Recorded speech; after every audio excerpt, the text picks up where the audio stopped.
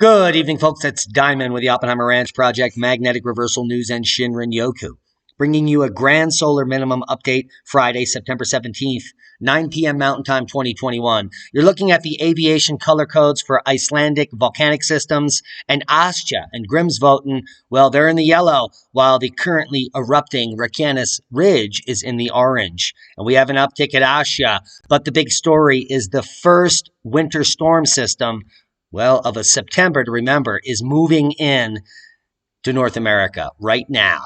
And, well, keep calm. Boom. It's boom time.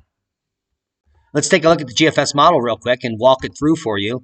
We have snow moving into British Columbia as I speak. Heavy snow is expected there, 18 to 24 inches in many regions, up at the highest elevations above 11,000 feet. We have heavy snow moving into the Alberta, British Columbia line there in the provinces. And then, by the end of Sunday evening, take a look. Snow's going to be moving into Washington State to high elevations, Oregon, Idaho, Montana, Wyoming. I'm not kidding. The beginning of winter is upon us. The eastern, Maritimes, and Canadian provinces will get hit with the global warming goodness.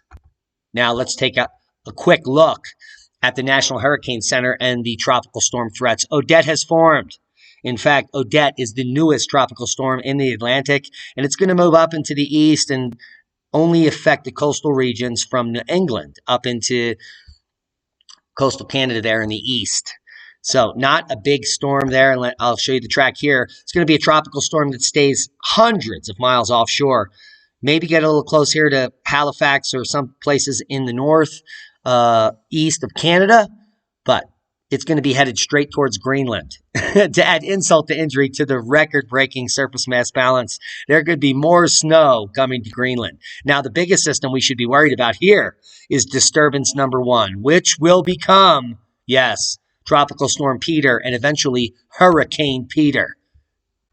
And Hurricane Peter sitting out here is one to worry about. It's headed towards Florida. So let's keep a close eye on that for the next 5 days, as there is 80% possibility of development into cyclone within just 48 hours, extending all the way out for 5 days. This baby is going to be the next named storm, and that will be Peter. Now, we also have to look forward to Rose, Sam, Teresa, Victor, and Wanda, and it is our prediction that we will reset the clock and go all the way back to G. So it's going to be a huge season with lots of named storms, and it's just getting started. USGS Seismic Map, seismic update, no quakes of note. We just had a 5.1 kickoff at Tonga at 76 kilometers. This is the most average type quake in this region, and there is nothing at all to be worried about. This quake here, 4.4 in Timor, Blot Echo. So keep a close eye on Indonesia. That could be a volcano in that region that we have reported on in the past, puffing and passing. Now let's get on with the volcanoes. Southwestern Japan volcano erupts, and this is the Suwanosima system.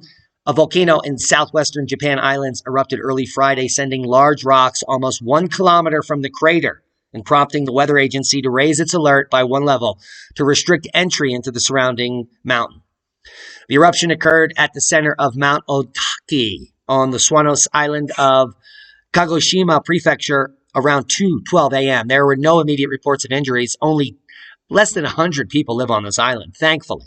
It's not like La Palma, which we're about to get to. Now, the Japan Meteorological Agency rates its alert level to 3 on a scale of 5, which means that's just 1 less than erupting, meaning that people should not approach the mountain.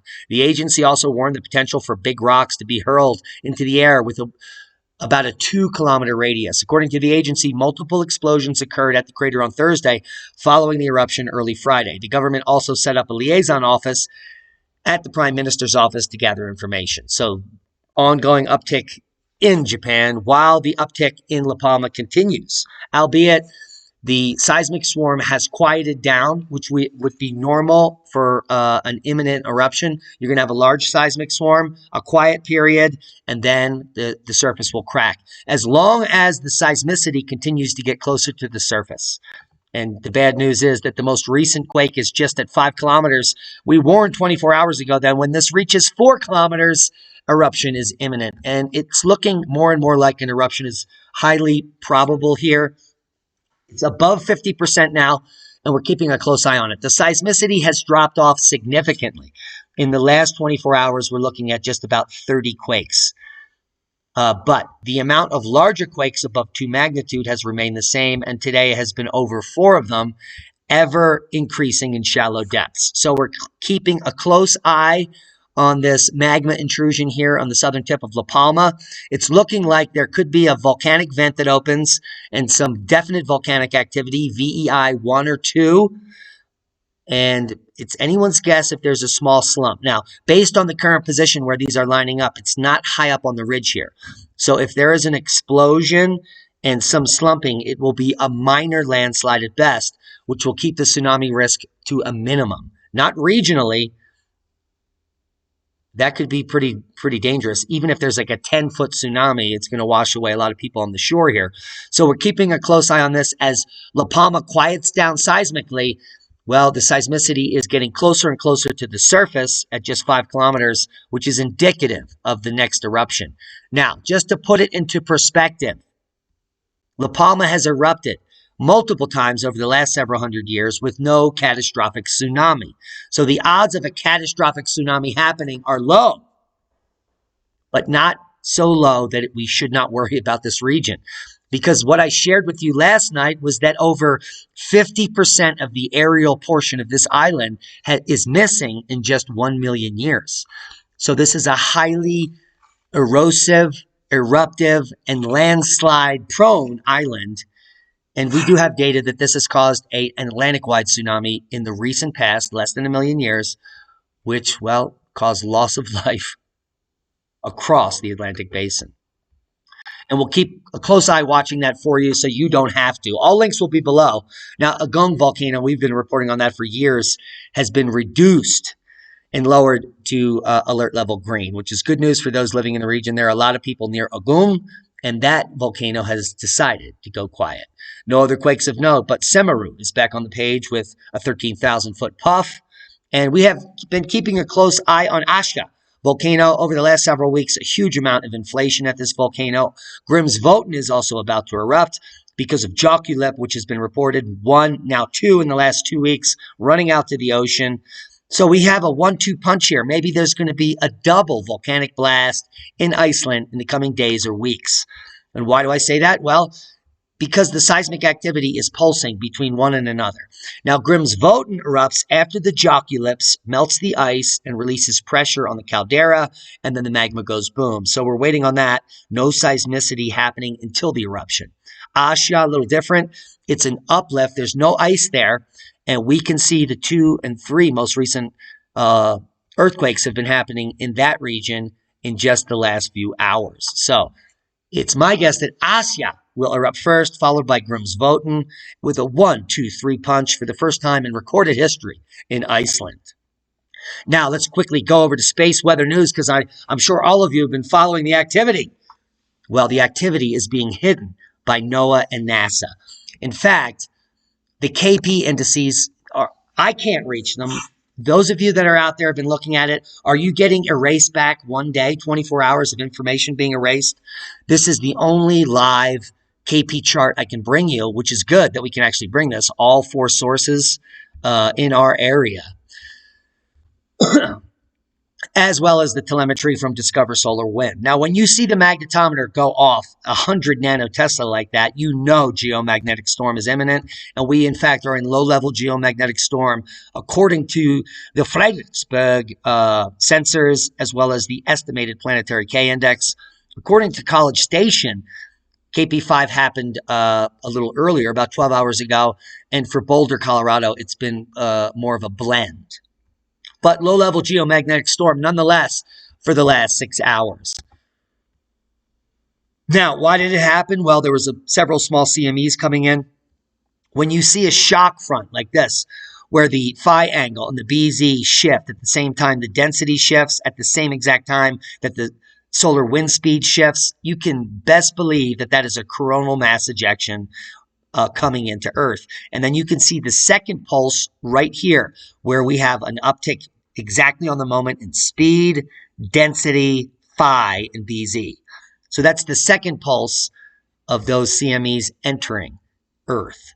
And, well, that results in geomagnetic storm.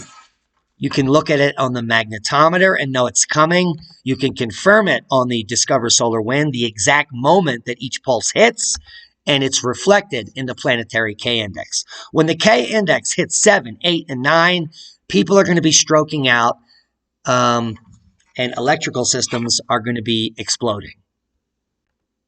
Now, when did humans start wearing clothes? I know you've been all thinking about this question. Well, it's much earlier than we thought. In fact, a clothing manufacturing factory has in fact been found.